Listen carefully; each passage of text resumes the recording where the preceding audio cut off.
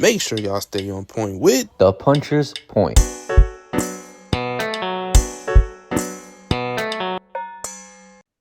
What is good, y'all? Welcome back to the Puncher's Point. We have another prediction episode for you guys. It seems like this whole week has been nothing but prediction episodes, post-fight episodes, all that. But you know what? I'm excited for this one, especially because this has been a long time coming. We got a collab, and we've been talking to these guys about it. We've been, discussing it. Finally, we got it in the works. Today, joining me, we got Ty and we got Ricky from In the Right Corner, and that is on the Refuse to Lose network. So you know what? Before we kick this in, we're going to be talking about Floyd Schofield versus Shakur Stevenson, two undefeated fighters. That's going to be for the WBC Lightweight Championship. So before we get into all of that, I'm gonna let them break it down. I'm gonna let them give y'all, a brief introduction. So I'm gonna start off with you, Ty. Yeah, I'm Ty from Inner Corner. So people call me straight to the point, Ty. Uh, well, for this fight, my thing on this fight, I think that Floyd Schofield is going into deep waters, too deep for him. I think that he doesn't have the experience. That's one thing, and also the good one thing he's young, but that's good for him. But his experience, that's what he's going to lose in right there. And experience, and then he's fighting like the defensive fighter in boxing right now, who has the highest plus minus right now. So I think that it's going to be an easy fight for Shakur. I think Floyd's going to look okay, I guess you can say, but you're gonna see the gap in between the two. Sure. Now, I will say this right now. So obviously in boxing, anything could happen. So what I will say is we'll start off with Shakur Stevenson, obviously 22 and 0, 10 knockouts. Now, ever since he's moved on to lightweight, obviously the power hasn't been translating. And let's be honest, I mean, the fights, Harutyunyan, Edwin, they've been slackers. I mean, Shakur's getting a lot of heat right now, and this is going to be his first fight on Matchroom Boxing. Obviously, he's no longer with Top Rank, so you really got to look at that and go, he has to make a big burst here, especially on this card where the card is so stacked. He has to. I mean, after the last fights that he has had, it's been terrible. So he has to end it off with a bang. But if I had to ask y'all, and I'll start off with Ty and then I'm gonna go straight to Ricky. Give me your best strength for Shakur Stevenson and give me your best weakness for Shakur Stevenson as well. His strength, of course, is his defense. That's hands down his best defense. His weakness is his hand. He hasn't fought since he hurt his hand, so I don't know how good that hand is. So that's his weakness right there. On the Ricky, I'm gonna let you give like a little brief introduction real quick, and then same question to you. Shakur's best strength and Shakur's best weakness. Hi, I'm Ricky from In the Red Corner. Thank you for having me on the show. Shakur, weakness that I think is definitely lack of power. I will somewhat agree with Ty. He definitely, at times, I feel like he hasn't been tested fully with someone that has more power. But the lack of power for this fight, I think, will show. It will definitely will show. I still and then for his strength, I think two things would be his strength. One, it definitely would be his IQ, and two would be his counter because he's a great counter. Absolutely. I'm glad you guys mentioned his power because it's obviously something that we got to touch up on. So the thing is, obviously with Shakur Stevenson, I've said it multiple times on this podcast. I don't think he's the best defensive fighter in the division. I think he's the best defensive fighter in boxing. I mean that. Like you can, I don't care who you put in front of me. It don't matter. I don't care who you say. If you tell me who's the best defensive fighter, Shakur Stevenson, because I'm sorry, but there's been so many.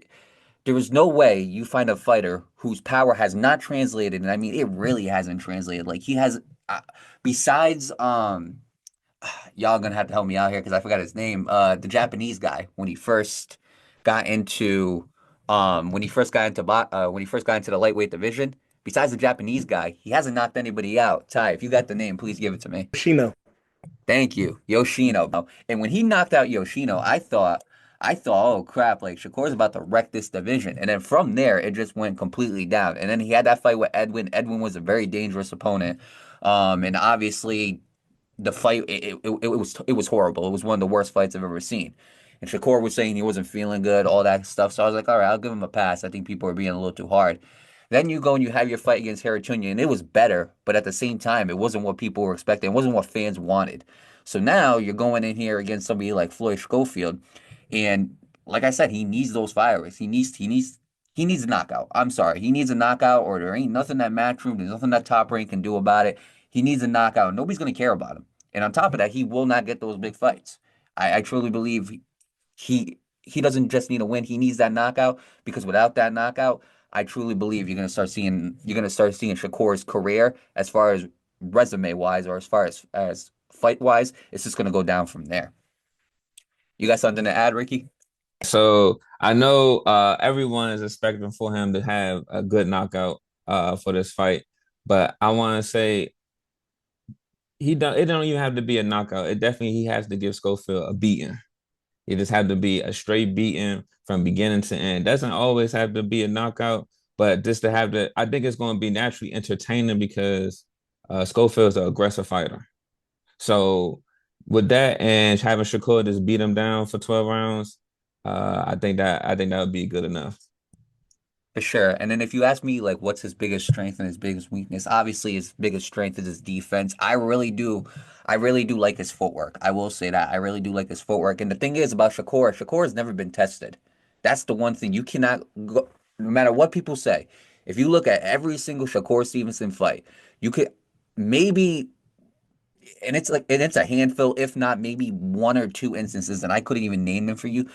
You cannot name one time where you looked and you were like, Shakur's in trouble. You can't. Because Shakur is just so good at basically establishing distance, establishing range, and he's so good at just getting out of dangerous situations. And that's due to his footwork. He's very good at keeping that distance. Now, obviously, the weakness is, and I believe one of y'all said it on your podcast, and I mean a lot of people have been saying it, but I think it's spot on. I can't remember who said it, but I think one of y'all said that defense just don't translate to offense, and that's his biggest weakness. His defense, he's got the defense. I mean, I have not seen defense this great since Floyd Mayweather. I'm gonna be honest with you. And people can say all they want. I know Tank said something like, "Oh, all he does is move and back up and everything." That's not all he's doing. Okay, because if it was that simple, somebody would have cut the ring on him already, and somebody would have punched him. It's not that simple. He's doing a lot more than what Tank is saying. So to me, the problem is that defense just don't translate to offense. And in my opinion, I think he's too cautious on offense. You'll see Shakur Stevenson, you'll see him control the distance, control the range. He'll slip out of a dangerous situation, and there's many instances where he could just land a knockout punch, and he's not doing it. In my opinion, he's just landing for points. And I think that's the reason why everybody got a problem with him, and why people think his fights are so boring is because he's just not translating it into dominant offense. It looks like he's just fighting for points. And let me pass that back on to Ricky. I think why it doesn't translate, he just don't like to be touched. That's another thing that would that's what will give Schofield somewhat the advantage if he can make a Shakur exchange with him. If you can that's one thing we have yet to see, if someone could really make him exchange constantly, like consistently from first round to the last. If he's able to do that, then we might have an interesting fight. Oh yeah, 1000%. It's all a matter of who's going to test him. Now, before we get on to Floyd Schofield, I'm gonna pass on to Ty. Ty, you got any closing statements or closing points you'd like to make before we pass on to Floyd? Thing I can say about Shakur, I don't agree that his defense does in terms of offense. Because he's a great counterpuncher. It's just that the fighters that he's been fighting, and like I say, De Los Santos, yeah, his hand was hurt, so he couldn't really counter in that fight. But his other fights, you can watch. If you watch the fights, he actually does great countering on when he's fighting with his defense and backing up and doing what he usually does. He does great counter. Like if you throw a wrong punch, you're going to get hit. If you have you leave your face open, you're going to get hit. If you make a mistake, you're going to get hit. So Absolutely. I would just like to see. I guess maybe I worded it in the wrong way. I guess what I would like to see is a little more aggression, a little more just popping his punch, a little more something to get that guy out of there, something to like spark this crowd. Because what they're seeing counterpunching. I mean, it's a sweet science. There really is something if you look at it from a boxing standpoint, not from like two guys brawling or anything. If you look at it from a boxing standpoint, there is something truly entertaining and fascinating about the way he fights. But the way a lot of boxing fans are looking at it is, here's Edwin, can't get him out of there. Here's Harutyunyan, can't get him out of there. And we keep saying, how many fights are we going to watch to where Shakur Stevenson, it's to the point where people are leaving before the fight's even over. I mean, he's going to lose, a lot of his fan base, and a lot of guys aren't going to want to fight him because they feel like there's no excitement to that. There's money fights on the line for Shakur Stevenson. I mean, Tank is the big one. Devin Haney, there used to be that whole conversation. Now that's kind of sunk under the water. Teofimo Lopez doesn't even want nothing to do with him. He needs to, in my opinion, he needs something. He needs something to kind of start slowly, gaining some more attention, some more fans to the point where he can get those big fights. But now, with that being said, he's going to be fighting Floyd Schofield, and a lot of people are very hesitant about or questionable about this fight in a lot of ways because it wasn't what a lot of us asked for. But Floyd Schofield is, he is a good fighter, and he does have some strengths and his weaknesses. And I'm going to pass it right back on to Ty. Ty, if you had to point to the biggest strength for Floyd Schofield and the biggest weakness for him, what would that be? Strength in this fight will be his youth. His biggest weakness is his defense, to be honest. He leaves if you're like a great puncher and if you're like, say, like Shakur, if you're a great counter puncher, you're gonna catch him a few times. That's what's gonna be scary in this fight because he's gonna throw a lot of wild punches because he's gonna try to go all out, which is gonna be bad for him because I think Shakur is gonna do a lot of counter punching. He's gonna land too many punches. They're either gonna get him out of there or it's gonna be night. So. Sure. I mean, he is. I mean, he is young. I mean, and overall, he's having a good, promising start to his career. Obviously, there was the knockdown that he had in the last fight to Jerome, but he ended it pretty well after that. He ended up winning by unanimous decision. And the one thing that you said is his defense, and I do believe that is one of his biggest weaknesses. And I'll kind of dig deeper into that when I get to the strengths and weaknesses. But I do want to pass on to Ricky. Ricky, biggest strength and biggest weakness for Floyd Schofield. I know it's gonna be shocking, even though a lot of people say this is his Schofield's strength. His biggest weakness for fighting Shakur would be his aggression. And the biggest strength, I would say, again, you might be questionable, it will be his jab for this fight. His biggest strength would be his jab.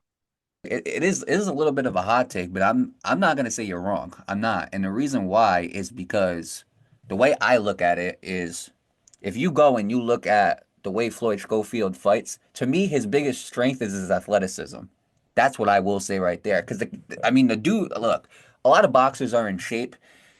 This kid looks like a miniature Hulk. He looks like he looks like I hate this. I don't want to use the word midget or mini. He looks like a mini Hulk. I mean, the kid's jacked. I mean, and the thing is, too, with him, his athleticism, I mean, the way he's moving right now, there's some fighters who are so athletic that they can get away with a lot of things that a lot of fighters can't. Different sport, but a perfect example of that is John Jones. John Jones, there have been people who have said fundamentally you can poke holes in his game, but he's so athletic, in his younger career at least. He's so athletic to the point where he could get away with that type of stuff. In boxing, they had the same argument with Roy Jones Jr. He was so athletic that he could get away with keeping his hands down and, getting a little cocky, showboating a little bit. Guys like Naoya Inoue, as fundamentally great as he is, there's times where he drops his hands, but he's so athletic that he can get himself out of those situations before it even presents to be a situation.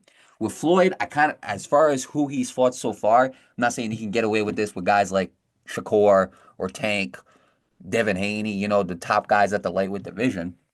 But from the guys he's fought so far, that athleticism has definitely translated a long way. There have been times where he has dropped his hands or he's left himself wide open. His stance in general is just too wide, and on top of that, he keeps his head just straight on the line, and that's easy to get counterpunched. And that is what makes this fight to me so interesting. Is you're talking about one of the best defensive fighters in the game in Shakur Stevenson, probably one of the best counterpunchers in the game. And so when you really go and look at it, if you're keeping your head that straight on a line, I mean, that's just easy pickings for Shakur Stevenson. Now, as far as Floyd's biggest weakness, in my opinion, I mean, he's got the athleticism, and I just touched up on it. I do believe his biggest weakness is like you guys said, I think it's his defense. I think that his biggest weakness is that defense. And I mean, and don't get me wrong. I mean, the guy's got good footwork. And there's been times where he shows good head movement, but I think the weakness in his defense is when he goes to engage, just like you said, Ricky, with his aggression. When he gets too aggressive, when he goes in and he engages, that's when you start seeing his guard widen up. That's when you start seeing the head on the line, and a lot of guys, because he's so aggressive, because he just puts his foot on the gas and like floors it, and he's able to just push the pace as fast as he can, a lot of guys don't react back. Well, the problem is, again, you haven't been in the ring with Shakur Stevenson. And Shakur Stevenson has been in the ring with some dogs. Regardless of who he's been in the ring with at lightweight, he's been in the ring with guys who are known for their aggression. Guys like Oscar Valdez. Y'all can add to the list if you want, but overall, he's been in the ring with some dogs, some guys who can push the pace. So it's not like you're showing him anything he hasn't seen before. So the problem with Floyd is, are you going to be able to fight a better fundamental fight? Are you going to be able to fight Shakur's fight, which is basically because you both kind of fight the same exact way. You both got great footwork. You both got. I'm not saying Floyd's got no defense or his defense is terrible. His defense is fine until he gets too aggressive. So the question I have is, are you going to be able to beat Shakur at his own game? Because in my opinion, that's how you're going to beat him. You want to add something, Ricky? Yeah, I wanted to say, yeah, I agree with you. That Oscar Valdez, that's a perfect fight with dealing with pressure, especially with the style that Oscar fight. But the thing about that is, for him fighting Schofield, Shakur is so experienced that I feel like he's going to confuse him and frustrate him, and he's going to be he's going to be confused because he's not going to really be able to get to him the way he wants to, and that's why I think that the experience will start coming out. Because what would you do for example, you see De Los Santos, how De Los Santos was confused and frustrated, didn't know what to do. What you gonna do when you have a guy that won't exchange with you when he wants you to exchange, when you want him to exchange with you? That's where I think this would be a big challenge for Schofield. What do you do when he won't exchange with you? How do you get him to react? How do you lay traps? How do you because honestly be said, a lot of Shakur fights, he runs the ring. He runs the ring entirely. The fights stay in the middle. If he wants you in the corner, he'll put you in the corner. But a lot of his fights stay in the middle of the ring. And I think that's where Schofield needs to dominate, cutting off the ring from him. Glad you said that, because I remember Oscar, when they asked him about it, he said when I was fighting Shakur, I had him right. He's like I could see him. I had him right there. I was ready to pull the trigger, and every single time I pulled it, he was just gone. And he was like, it was frustrating because there was nothing he could do about it for the whole fight. So now I want to pass on to Ty. So obviously, Ricky gave some like instances of the way Shakur can set up Floyd, and he brought the question up, well, how's Floyd going to be able to deal with that type of stuff? So I'm gonna have you answer that question, Ty. How this is where we get to the keys to victory. What is Floyd's best way to beat Shakur, and vice versa? What's Shakur's best way to beat Floyd? Floyd's best way to beat Shakur, he's going to have to find a way to, like you said, cut off the ring, but he's also going to have to risk it. He's going to have to throw a lot of punches because, like I said, Shakur is one of the highest plus minus, so he's going to have to throw a lot of punches. He's going to miss a few, but you're going to have to hope that one of those punches actually land. He's lucky, because that's the only way I can see him beating Shakur, because he's not going to beat him by points. It's not possible. He's not going to outsmart him, so he's just going to have to go out and be very aggressive and just hope that one of those punches land. And for keys to victory for Shakur, all he has to do is what he normally does, just defend and just frustrate him. Because he's a very frustrating fighter. He's going to frustrate the mess out of Shakur, out of Kid Austin. And the thing about Kid Austin, he's like I said, he's young, so he's going to get easily frustrated. And then he didn't win it like the last fight. He doesn't listen to his corner when he has to. So when he gets frustrated, he's going to be out of the fight. Ricky, you agree with that? You got something to add and disagree? Let me hear your thoughts. How's Floyd gonna win? How's Shakur gonna win? I agree with a little bit what Tad said. I want to say I'm gonna start with Schofield first. Schofield, for him to work is he has to do a lot of body work with Shakur. you have to be able to slow him down to corner him. So when there's times for that, when you're trying to get him to exchange, he needs to start going for the body. When Shakur do a lot of step back, he need to worry about getting to the body. When Shakur is stepping back, or when Shakur does that hop step, he has this habit of doing the hop step back. He needs to learn to cut that ring off at that very moment when he drops back. And also, I think he needs to again force Shakur to exchange with him. For key to victory for Shakur, he just need to be him. You need to worry about countering, use the distance, and keep the fight in the center of the ring. I'm glad that you mentioned the body shots, because if I had to point to maybe one weakness where you can land some punches on Shakur, it would be the body. I feel like that's your best chance to land punches on Shakur, because you're not going to do it up top. So it has to be the body.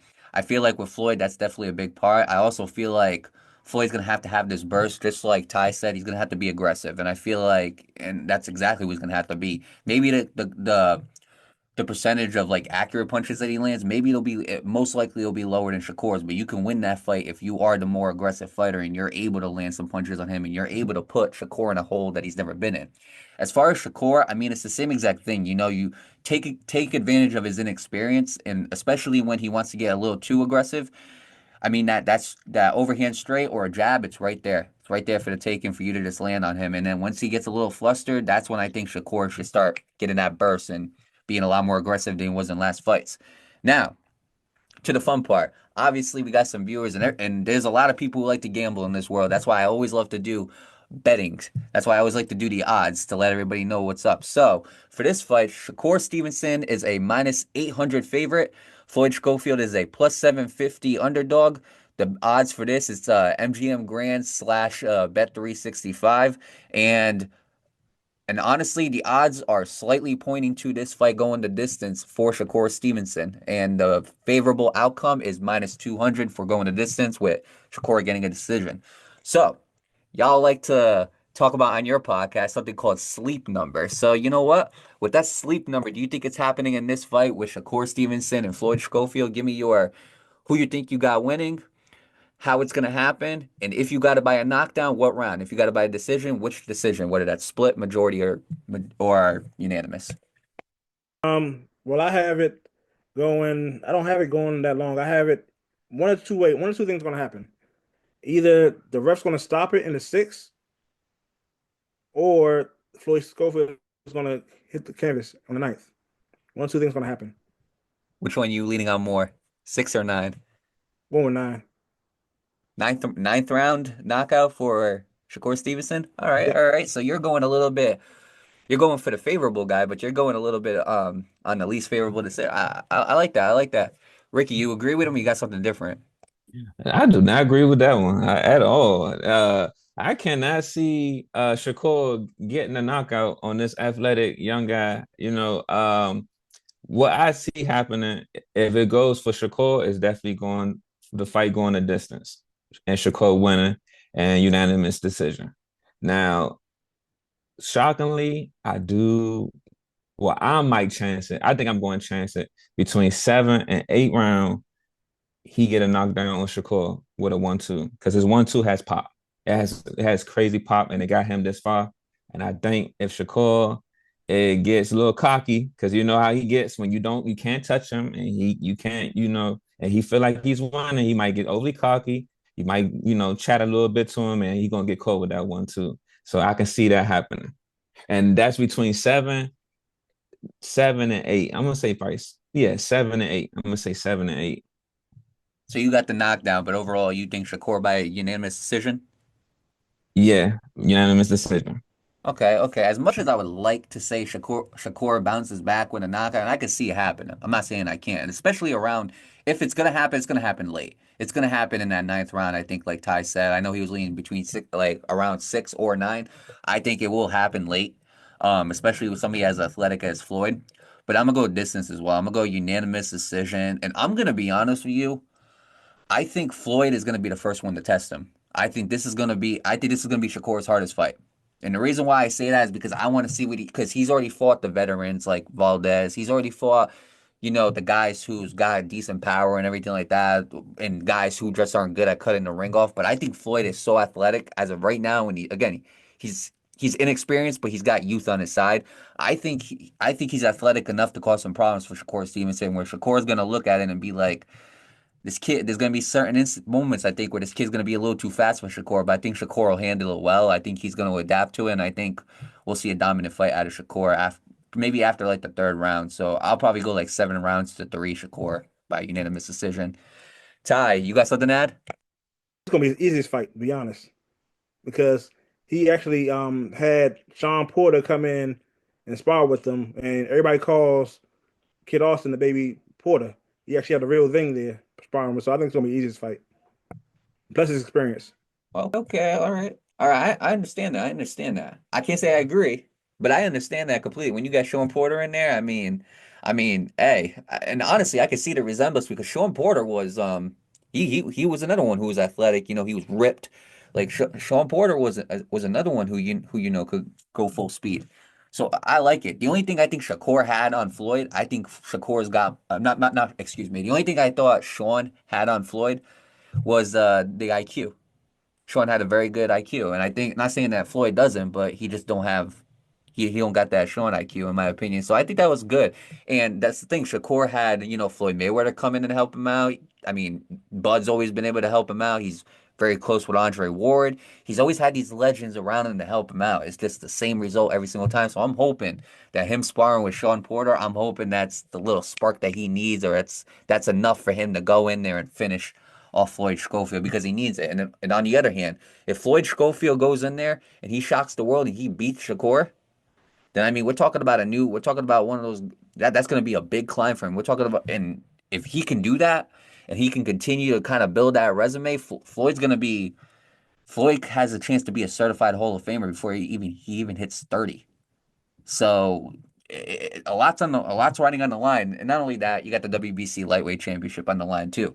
So overall, it's going to be great. Floyd Schofield versus Shakur Stevenson for that WBC Lightweight Championship, and that is going to be part of that last crescendo super card of boxing. It's going to be on February 22nd, and guess what, y'all? If y'all thought this was the end, it is not, because y'all are going to see Refuse to Lose in the red corner. Y'all are going to see them for another 2 episodes. So you better get used to it, all right? We had a nice banger of an episode right here. We're going to have 2 more. And then on one of these, Tomo is gonna hop in as well. So make sure y'all definitely keep on tuning into the Puncher's Point. But before we leave,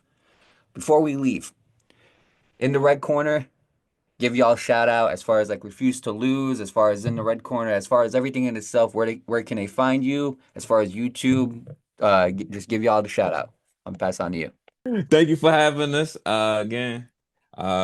This is In the Red Corner on the Refuse to Lose Network. Please tune in. We do episodes every two episodes a month, every other Sunday. And again, you can follow me at Ricky91210. Not really too much boxing there, so please follow at In the Red Corner. You can follow us on N_the_red_corner. You also follow me at Preach to the Point Ty. I have some boxing stuff on there, some old stuff, but I got some new stuff coming on there soon, hopefully. But yeah, it's been a great show. Definitely gonna be back doing more, of course. So yeah. And I'm gonna make sure that I get their social medias in the description. I'll make sure that I'll have it actually like going across the screen in itself. Y'all gonna definitely find. I'm gonna make it easy for you guys to find them. And with that being said, I'm gonna need y'all to do me a favor. I'm gonna need y'all to stay on point with the Puncher's Point.